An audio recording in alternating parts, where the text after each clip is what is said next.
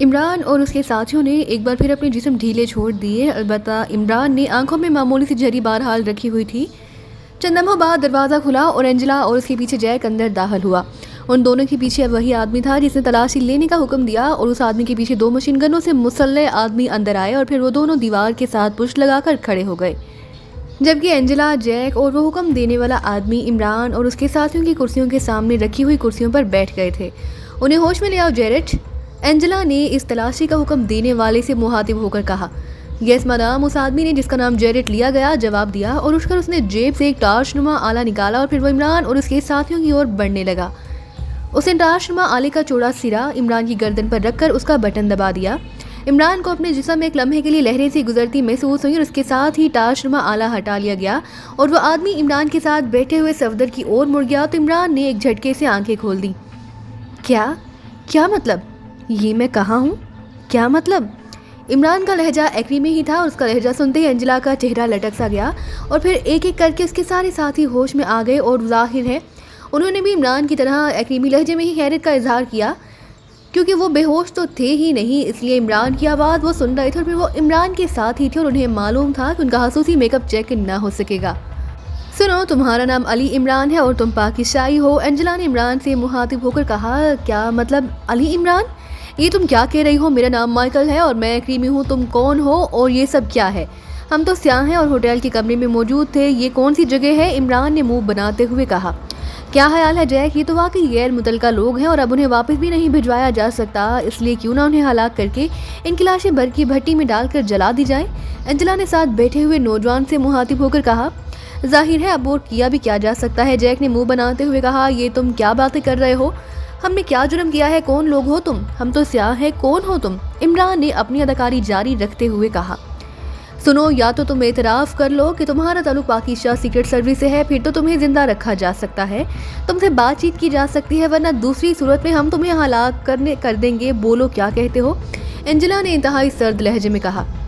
कमाल है, कमाल है। यानी सिर्फ एतराफ़ कर लेने से हमारी जिंदगियां बच सकती हैं? तो फिर हम एक बार नहीं 1000 बार एतराफ़ करने के लिए तैयार हैं, इमरान ने कहा। तो जैक बेएहतियात चौंक पड़ा। तो क्या तुम इस बात का एतराफ़ कर रहे हो कि तुम अली इमरान हो? जैक ने हैरत भरे लहजे में कहा। हाँ, अपनी जान बचाने के लिए अगर तुम कहोगे कि मैं क्रीमी प्रेसिडेंट हूँ तो मैं ये भी मान लूँगा, इमरान ने इत्मीनान भरे लहजे में कहा। तो जैक और एंजेला ने बेएहतियात मुंह बना लिया। और अगर मैं कहूँ कि तुम टॉप सिंगर लेडी मोल्डन हो तो? जैक ने उसकी तरफ गौर से देखते हुए कहा। ये मैं नहीं मान सकता, इमरान ने कहा। वो क्यों?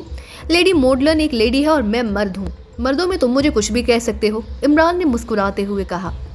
ये तुम क्या अहमकाना बातें कर रहे हो जैक? एंजेला ने मुंह बनाते हुए कहा, जैसे उसे जैक की बातें पसंद ना आ रही हों। मैं इसकी असलियत उगलवाना चाहता था, जैक ने कहा। तो एंजेला चौंक पड़ी। असलियत? एंजेला ने कहा। हाँ, ये खुद को लाख हमसे छुपा ले और जितना चाहे नाकाबिल तस्वीर मेकअप कर ले, लेकिन ये अपनी अहमकाना बातों से खुद को बाज नहीं रख सकता और तुमने इसकी बातों का अंदाज़ा देख ही लिया है। उसके चेहरे पर अब कोई डर और कोई खौफ भी दिखाई नहीं दे रहा, जैसे ये दोस्तों के साथ बैठा हो, जैक ने कहा। तो फिर एंजेला ने कुछ ना समझने वाले लहजे में कहा। तो मैं दावे से कह सकता हूँ कि ये इमरान है, अली इमरान, जैक ने कहा। अरे तुमने कहा कि मैं अगर तुम्हारी बात मान लूँगा तो तुम मेरी और मेरे साथियों की जान बख्शी हो जाएगी और ये मोहतरमा तुम्हें जैक कह रही हैं। अगर ये तुम्हारी बजाय मुझे जैक कहेगी तो मैं ये भी मान लूँगा, इमरान ने फ़ौरन कहा।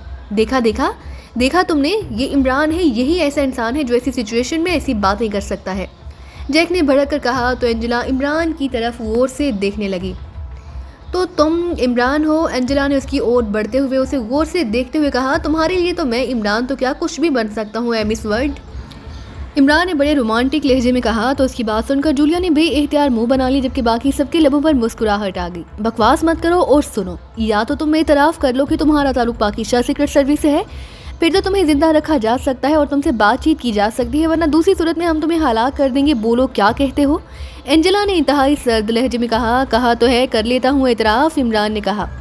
इसका अंदाज बता रहा है कि यही असल इमरान है, इसलिए मजीद वक्त ना दो उन्हें एंजेला, उन्हें गोलियों से उड़ा दो अभी और इसी वक्त, जैक ने यकलहत इंतहाई तेज़ लहजे में कहा। ओके, फायरिंग करो और इन सबको भून दो। एंजेला ने भी यकलह चीखते हुए कहा। तो दोनों मशीन गनों से मुसल्लह अफराद चौंक कर सीधे हुए ही थे कि इमरान ने अपने दाएं हाथ को महसूस अंदाज में झटका दिया तो उसकी कलाई में मौजूद एक छोटा सा कैप्सूल निकलकर नीचे गिरकर फटा और उसके साथ ही एंजेला, जैक और जेरेट और वो दोनों मुसल्लह अफराद इस तरह नीचे गिरे जैसे इमरान ने वाकई जादू की छड़ी घुमाकर उन्हें बेहोश कर दिया हो। इमरान और उसके साथी जो कि पहले ही महसूस गोलियां इस्तेमाल कर चुके थे इसलिए वो बेहोश होने से बच गए। तनवीर जल्दी करो, अब तुम्हारी बारी है, इमरान ने चीखते हुए कहा। दूसरे लम्हे खटाक खटाक की आवाज़ों के साथ ही तमाम कुर्सियों के राड्स खुलते चले गए। वेल डन, इमरान ने उठते हुए कहा। तार को दोबारा जोड़ दो और एंजेला और जैक को कुर्सियों पर जकड़ दो और बाकी तीनों को गोलियां मार दो। तब तक मैं जहां का जायजा लेकर आता हूं, इमरान ने कहा और तेजी से दरवाजे की तरफ बढ़ गया, लेकिन फिर वो तेजी से मुड़ा और उसने बेहोश पड़े हुए एक आदमी की मशीन गन झिपटी और एक बार फिर दरवाजे की ओर मुड़ गया।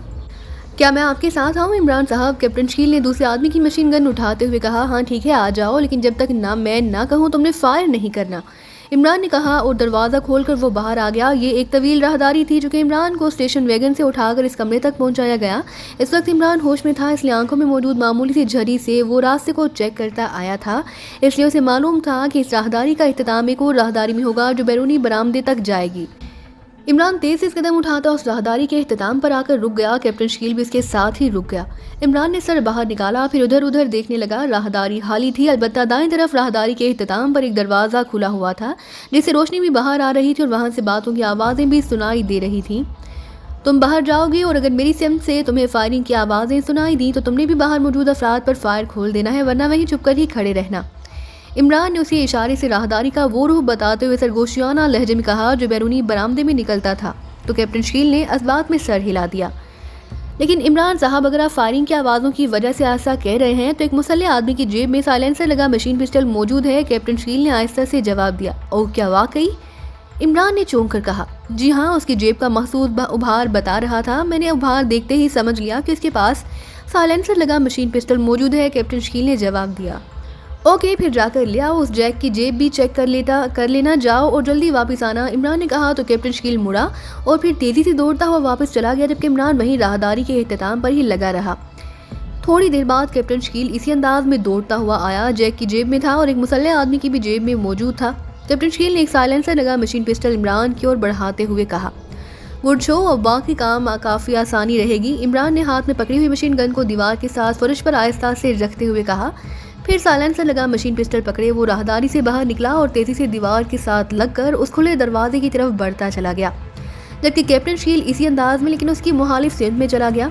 इमरान तेज़ी से आगे बढ़ता चला गया, फिर वो खुले दरवाजे की साइड में जाकर रुक गया। उसने आहिस्ता से अंदर झांका तो ये एक बड़ा कमरा था जिसमें चंद मशीनें दीवार में नस्ब थीं, जिनके सामने स्टूलों पर दो आदमी बैठे हुए थे, जबकि एक साइड पर एक मेज़ के पीछे कुर्सी पर एक और आदमी बैठा था। इमरान ने मशीन पिस्टल सीधा किया और दूसरे में ठक ठक की आवाज़ों के साथ ही यके बाद गिरे, तीनों ही चीखते हुए नीचे गिरे और इमरान तेज़ी से अंदर दाखिल हुआ। उसे फायरिंग का एक राउंड और चलाना पड़ा और तीनों तड़पते हुए आदमी साकत हो गए। इमरान उन मशीनों की ओर बढ़ा और चंद लम्हों बाद उसने बेइख्तियार एक तवील सांस लिया, क्योंकि वो उन मशीनों की माहियत समझ गया था। ये उस समारत की बैरूनी हिफाजत के लिए काम कर रही थी। इमरान तेज़ी से मुड़ा और फिर अभी वो राहदारी में दाखिल ही हुआ था कि कैप्टन शकील भी तेज़ी से राहदारी में दाखिल हुआ। बाहर दो अफराद थे, मैंने उन्हें हलाक कर दिया है, कैप्टन शकील ने कहा और इमरान ने असबात में सर हिला दिया। ओके, आओ बाकी चेकिंग मुकम्मल कर लें, इमरान ने कहा और फिर वो दोनों तेज़ी से उस पूरी इमारत में घूम गए, लेकिन वहाँ और कोई आदमी मौजूद ना था। अब मज़ीद कोई जिंदा आदमी नहीं है, चलो वापस उस एंजेला और जैक से भी कुछ काम की बातें हो जाएं, इमरान ने इत्मीनान भरे लहजे में कहा और फिर वो दोनों तेज़ी से उस तरफ को बढ़ गए जिधर वो कमरा था जिसमें रार्स वाली कुर्सियाँ थीं। क्या हुआ इमरान साहब? उन दोनों के अंदर दाखिल होते ही वहाँ मौजूद उनके साथियों ने पूछा। बैरूनी तरफ की हिफाजत तो मशीनों के जरिए हो रही है, इसलिए बाहर से तो कोई अंदर आ नहीं सकता। इनके अलावा इस इमारत में मौजूद 5 अफराद को हलाक किया जा चुका है, अलबत्ता सिवाय तनवीर के बाकी अफराद यहाँ की मुकम्मल तलाशी लें, खासतौर पर ऑफिस की। ये उस ऑफिस शायद एंजेला या जैक का है। हो सकता है कि अस्काम एजेंसी के हेडक्वार्टर के बारे में जहाँ से कोई क्लू मिल जाए, और अगर हेडक्वार्टर के बारे में ना भी हुआ तो बहरहाल जो सेटअप उन्होंने बना रखा होगा इस बारे में फ़ाइल मौजूद होगी। मैं इस दौरान इस एंजेला और जैक से बात करता हूँ, अगर उन्होंने मुंह खोल लिया तो यकीनन कोई काम की बात मालूम हो जाएगी, इमरान ने कहा। उन लोगों का क्या करना है? सफदर ने मुसल्लह अफराद की लाशों की तरफ इशारा करते हुए कहा जिन्हें गोलियां मारकर हलाक किया गया था। चूँकि ये कमरा साउंड प्रूफ था इसलिए फायरिंग की आवाज़ बाहर नहीं सुनाई दी थी। इनका यहाँ रहना ही ठीक है, लाशें देखकर शायद जैक और एंजेला का दिमाग दुरुस्त हो जाए और ये गड़बड़ या चून चुरा किए बगैर मुँह खोल दें, इमरान ने मुस्कुराते हुए कहा। और सफदर, कैप्टन शील, सालिया और जूलिया सर हिलाते हुए बैरूनी दरवाजे की तरफ बढ़ गए। अब उन्हें होश कैसे आएगा? तनवीर ने इमरान से पूछा। इनके मुंह में पानी डालो, ये होश में आ जाएंगे, वरना मुझे बाकायदा गैस का एंटी भी साथ रखना पड़ता जो यकीनन टेस्ट हो जाता। इमरान ने मुस्कुराते हुए कहा और तनवीर सर हिलाता हुआ एक साइड दीवार की तरफ बढ़ गया, जिसके साथ एक बड़ा सा रैक मौजूद था जिसमें पानी की बोतलें काफ़ी तादाद में मौजूद थीं। शायद टार्चिंग के बाद रिलीफ देने के लिए ये पानी जहाँ रखा गया था। उसने एक बोतल उठाई और उसका ढक्कन खोला और फिर पहले उसने एंजेला के जबड़े एक हाथ से बेंच कर खोले और पानी उसके हलक में डालना शुरू कर दिया। जब पानी की कुछ मिकदार उसके हलक से नीचे उतर गई तो उसने यही कार्रवाई साथ वाली कुर्सी पर राड्स में जकड़े हुए जैक के साथ दोहराई और फिर उसने बोतल का ढक्कन लगाया और उसे उठाया। वो वापस आ गया। उसने बोतल कुर्सी के साथ फर्श पर रखी और खुद कुर्सी पर बैठ गया। उनकी तलाशी ली थी? इमरान ने पूछा। हाँ, तनवीर ने मुख्तसर सा जवाब दिया और इमरान ने इस्बात में सर हिला दिया। उसे चंद लम्हों बाद एंजेला और जैक दोनों के जिस्मों में हरकत नमूदार होनी शुरू हो गई और थोड़ी देर बाद ही वो दोनों ही होश में आ गए। इमरान खामोश बैठा उन्हें देख रहा था। ये क्या मतलब? ये क्या है? ये सब कैसे हो गया? तुम? उन दोनों के मुंह से बैक वक्त निकला और इमरान बेइख्तियार मुस्कुरा दिया। मुझे अफसोस है कि एक नए नो ब्याहता जोड़े एंजेला और जैक को मुझे राड्स में जकड़ना पड़ गया है। इमरान ने इस बार अपने असल लहजे में कहा तो एंजेला और जैक दोनों के चेहरों पर इंतहाई हैरत के तासुरात उभर आए। इसका मतलब है कि तुम वाकई इमरान हो? उन दोनों के मुंह से बैक वक्त निकला। हाँ, अब चूंकि बाजी पलट चुकी है, हमारी जगह तुम कैद में हो, इसलिए अपना तारुफ करा देने में कोई हर्ज नहीं, इमरान ने मुस्कुराते हुए कहा। लेकिन तुमने किस तरह रिहाई हासिल कर ली और तुमने हमें बेहोश कैसे किया? ये सब कुछ कैसे हो गया? एंजेला ने इंतहाई हैरत भरे लहजे में कहा। तुम दोनों को यकीनन तुम्हारे इस काम एजेंसी के चीफ ने मेरे मुतालिक काफ़ी कुछ बताया होगा। इसके बावजूद मुझे हैरत है कि तुम दोनों ने इंतहाई नाअहली का सबूत दिया है। तुमने क्या समझा था कि मुझे आम सी रेज और डिजिटल मेकअप चेक करने वाले कैमरों के बारे में इल्म ना होगा और मैं तुम्हारी तरफ से होने वाली निगरानी भी चेक ना कर सकूंगा? और उसके बाद तुम दोनों ने ये हमाकत की कि दोनों वहाँ होटल में आ गए, इमरान ने मुँह बनाते हुए कहा। लेकिन तुम मुझे कैसे पहचानते हो? मेरी तुम्हारी तो कभी कोई मुलाकात ही नहीं हुई, एंजेला ने कहा। तुम अपने मुल्क की लेडी सीक्रेट एजेंट हो। तुम्हारा क्या ख्याल है एजेंटों और एजेंसियों की मालूमात फरोख्त करने वालों के पास तुम्हारे बारे में मालूमात या तुम्हारी कोई तस्वीर नहीं हो सकती? इमरान ने कहा और एंजेला ने बेइख्तियार होंठ भींच लिए। ओहो, अब जब सब कुछ क्लियर हो गया है तो बताओ अब तुमने हमारे बारे में क्या फैसला किया है? अचानक जैक ने कहा तो इमरान बेइख्तियार चौंक पड़ा। वही फैसला जो तुमने हमारे बारे में किया था, इमरान ने इंतहाई संजीदा लहजे में जवाब देते हुए कहा। ओ, तो क्या तुम हमें हलाक करोगे? जैक ने इस बार हकला कर कहा। तुमने भी तो हमें फायरिंग से हलाक करने का हुक्म दिया था, अब अपनी बारी क्यों डर रहे हो? इमरान ने कहा। ओ, वो तो मैंने इसलिए कहा था कि तुम मान ही नहीं रहे थे कि तुम अली इमरान हो और तुम्हारा मेकअप भी चेक ना हो रहा था और बतौर स्याह हम तुम्हें अगवा करने के बाद जिंदा वापस ना भेज सकते थे क्योंकि यहाँ स्याहों के साथ गलत सलूक पर इंतहाई पेचीदा मसाइल खड़े हो जाते हैं। जैक ने तेज़ लहजे में जवाब देते हुए कहा। तुम दोनों के साथ क्या करना है इसका फैसला मैं बाद में करूंगा। इससे पहले तुम ये बताओ कि तुम दोनों का ताल्लुक अस्काम एजेंसी से है या तुम दोनों को भी ब्लैक टावर एजेंसी के मॉर्गन की तरह हमें हलाक करने का टास्क दिया गया है? ऐसा है तो तुम दोनों किस एजेंसी या ग्रुप से ताल्लुक रखते हो? इमरान ने कहा। तुम्हारी हलाकत के लिए खसूसी तौर पर हमें ब्लैक फॉल एजेंसी से हायर किया गया, एंजेला ने जवाब दिया। ओ, तो तुम अस्काम एजेंसी के लिए काम नहीं करती? इमरान ने कहा। नहीं, एंजेला ने कहा। हाँ, इसका मतलब है कि तुम्हारी अहमियत अस्काम एजेंसी की नज़रों में हासी है। इसलिए अब मेरी बात सुन लो कि मुझे अस्काम एजेंसी के हेडक्वार्टर के बारे में मालूमात चाहिए और ये भी मुझे जानना चाहता हूँ कि अस्काम एजेंसी का चीफ कौन है, उसका नाम क्या है? बोलो, क्या तुम मेरी मदद कर सकती हो या नहीं? इमरान का लहजा यकला संजीदा हो गया। हमारा अस्काम एजेंसी से कोई ताल्लुक नहीं, एंजेला ने जवाब दिया। कि फिर मैं खुद ही उसे ढूंढ निकालूंगा, इमरान ने कहा और उसके साथ ही वो खड़ा हो गया। उसके चेहरे पर इंतहाई संजीदगी तारी हो गई। उसके उठते ही उसके साथ खामोश बैठा हुआ तनवीर भी उठ खड़ा हुआ। तनवीर, मैं जा रहा हूँ, इन्हें गोलियां मार दो, इमरान ने तनवीर से मुखातिब होकर इंतहाई सर्द और क्रख्त लहजे में कहा और तेजी से मुड़कर बैरूनी दरवाजे की तरफ बढ़ गया। और सुनो, रुको, मेरी बात सुनो, यकलह जैक ने चीखते हुए कहा। तो इमरान जो दरवाजे के करीब पहुंच गया था मुड़ा, लेकिन वो वापस ना आया। मैं तुम दोनों को अपने हाथों से हलाक नहीं करना चाहता, इसलिए मैंने अपने साथी के जिम्मे ये काम लगा दिया है। वैसे तुम्हारे इस हेडक्वार्टर में मौजूद तमाम आदमी हलाक हो चुके हैं। तुम्हारे तीनों साथियों की लाशें तुम्हारे सामने पड़ी हुई हैं। मैं चाहता तो तुम दोनों को भी उनके साथ ही हलाक कर देता, लेकिन मैं तुम्हारी ज़िंदगी बचाने का आखिरी मौका देना चाहता था, मगर तुमने ये मौका भी गंवा दिया। तुम्हारे पास बताने के लिए कुछ नहीं और मेरे पास पूछने के लिए कुछ नहीं, इसलिए आई एम सॉरी, इमरान ने इंतहाई संजीदा लहजे में कहा और एक बार फिर मुड़ गया। सुनो इमरान, प्लीज़ एक बार मेरी बात सुनो, मैं तुमसे हर किस्म का ताउन करने के लिए तैयार हूँ, इस बार एंजेला ने हिजानी अंदाज में कहा। तो इमरान एक झटके से वापस मुड़ा और आकर कुर्सी पर बैठ गया। उसके चेहरे पर बेपनाह संजीदगी थी। तनवीर, जिसने जेब से साइलेंसर लगा मशीन पिस्टल निकाल लिया था, पिस्टल हाथ में पकड़े दोबारा कुर्सी पर बैठ गया। सुनो एंजेला, तुमने मुझे खुद रोका है, इसलिए ये तुम्हारे लिए आखिरी मौका होगा। ये याद रखना कि मैं मिशन के मुकाबले किसी रिश्ते की परवाह नहीं किया करता, इसलिए मेरी तरफ से किसी रियायत की उम्मीद मत रखना, इमरान ने इंतहाई संजीदा लहजे में कहा। ठीक है, मैं ये बात 100% दुरुस्त कह रही हूँ कि हमारा कोई ताल्लुक इस काम के साथ नहीं और ना ही हमें उसके हेडक्वार्टर के मोहल्ले वकू का इल्म है और नाम बताया गया है। सिर्फ इतना हमें मालूम है कि ये हेडक्वार्टर फ्लाडे के शहर ओरथियो के साथ लोटम पहाड़ियों में कहीं मौजूद है। अब तुम खुद बताओ कि हम तुम्हारे साथ क्या ताउन कर सकते हैं और किस तरह कर सकते हैं। हम मुकम्मल ताउन करेंगे। एंजेला ने जल्दी जल्दी बात करते हुए कहा, तुम्हारा चीफ कौन है? इमरान ने कहा, हमारे चीफ का नाम ब्रोस है। जैक ने कहा, उससे तुम्हारी बातचीत तो होती होगी? इमरान ने कहा, लेकिन अगर मैंने उससे अस्काम एजेंसी या उसके हेडक्वार्टर के बारे में तफसील पूछी तो वो नहीं बताएगा और ये भी कंफर्म नहीं कि वो भी ये सब जानता है या नहीं। उसके कहने के मुताबिक उसे महज एक टास्क दिया गया जो हमने पूरा करना था और बस। एंजेला ने कहा। उसके लहजे से साफ झूठ की बू आ रही थी, लेकिन इमरान उस पर जाहिर नहीं कर रहा था।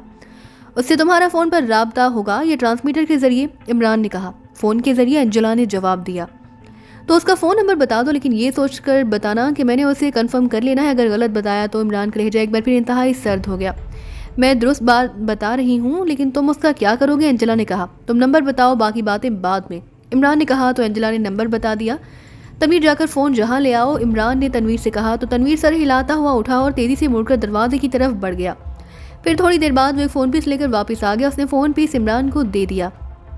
सुनो, अब मैं नंबर प्रेस करता हूँ। तुमने ब्रोस से बात करनी है ताकि मैं कंफर्म हो जाऊँ कि तुमने दुरुस्त नंबर बताया है। इमरान ने कहा। ओ, लेकिन मैं उसे क्या कहूँगी? जो मर्जी आए कहना, मैं बहरहाल कंफर्म होना चाहता हूँ, इमरान ने कहा। और उसके साथ उसे फ़ोन पीस पर वही नंबर प्रेस करना शुरू कर दिया जो एंजेला ने बताया था। और फिर आखिर में उसने लाउडर का बटन प्रेस कर दिया और सेट उठाकर वो खुद ही एंजेला की कुर्सी के साथ खड़ा हो गया। उसने रिसीवर एंजेला के कान से लगाया। पहले तो घंटी बजती रही, फिर दूसरी तरफ से रिसीवर उठा लिया गया। यस, एक निसानी आवाज़ सुनाई दी।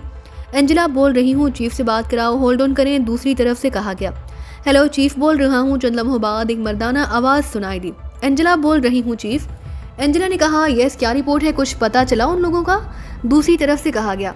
नो चीफ, 6 मशकूक अफराद के ग्रुप को चेक किया गया था, लेकिन वो मेकअप में ना थे, लेकिन चूंकि उनके कदोकामत मशकूक थे इसलिए मेरे आदमी उनकी निगरानी कर रहे हैं। इसके अलावा भी पूरे शहर में निगरानी का जाल बिछा हुआ है, लेकिन अभी तक हतमी तौर पर ये लोग ट्रेस नहीं हो सके। एंजेला ने जवाब दिया। हमने तुम्हें कहा था कि तुम फ्लाडिया में ज़्यादा चेकिंग कराओ। ब्रोस ने कहा। हर तरफ चेकिंग हो रही है चीफ, लेकिन वहाँ भी अभी कोई मशकूक आदमी चेक नहीं हो सका। एंजेला ने कहा। तो फिर अब तुमने किसके लिए कॉल किया है? क्या अपनी नाकामी की रिपोर्ट देने के लिए? चीफ ने कदरे सर्द लहजे में कहा। मैंने सोचा कि आप रिपोर्ट के मुंतज़िर होंगे, इसलिए मैं आपको साथ साथ रिपोर्ट दे दूं। एंजेला ने जवाब दिया। नहीं, इस तरह मुझे कॉल मत किया करो, जब कोई खास और अहम बात हो तब कॉल करना, दूसरी तरफ से कहा गया। ओके चीफ, एंजेला ने कहा। और इमरान ने रिसीवर केबल पर रखा और फिर फ़ोन सेट उठाए वो वापस आकर कुर्सी पर बैठ गया। उसने फ़ोन सेट मेज़ पर रख दिया। अब तो तुम कंफर्म हो गए हो कि हमने तुमसे ताउन किया है। तनवीर, वो सामने मेज़ पर हमारे रुमाल पड़े हैं, उनमें से 2 रुमाल उठाओ और उनके मुंह में डाल दो, इमरान ने तनवीर से कहा। और तनवीर सर हिलाता हुआ मेज़ की तरफ बढ़ गया। क्यों क्यों क्या करना चाहते हो तुम? जैक ने चौंक कर हैरत भरे लहजे में कहा। ताकि तुम दोनों खामोश रह सको, ये सबसे बेज़रर तरीका है, वरना दूसरा तरीका भी है कि तुम्हें हमेशा के लिए भी खामोश कर दिया जाए, इमरान ने कहा। और इसके साथ ही तनवीर मुड़ा और फिर वाकई उन दोनों ने खुद ही मुंह खोल दिए। वो जाहिर है इमरान की धमकी का मतलब समझ गए थे। तनवीर ने दोनों के मुंह में रुमाल ठोंस दी और फिर वो वापस मुड़ाया। तुम जाकर अपने साथियों से मालूम करो कि तलाशी की क्या रिपोर्ट है, इमरान ने तनवीर से कहा। तो वह खामोशी से बाहर चला गया और फिर थोड़ी देर बाद वो वापस आया। अस्काम एजेंसी के बारे में तो कोई मवाद नहीं मिला, अलबत्ता इनके फ्लाडिया में सेटअप की तफसील के बारे में फ़ाइल मिल गई है, तनवीर ने वापस आकर बताया। ओके, वो फ़ाइल ले आओ, इमरान ने कहा। और तनवीर सर हिलाता हुआ बैरूनी दरवाजे की ओर मुड़ गया।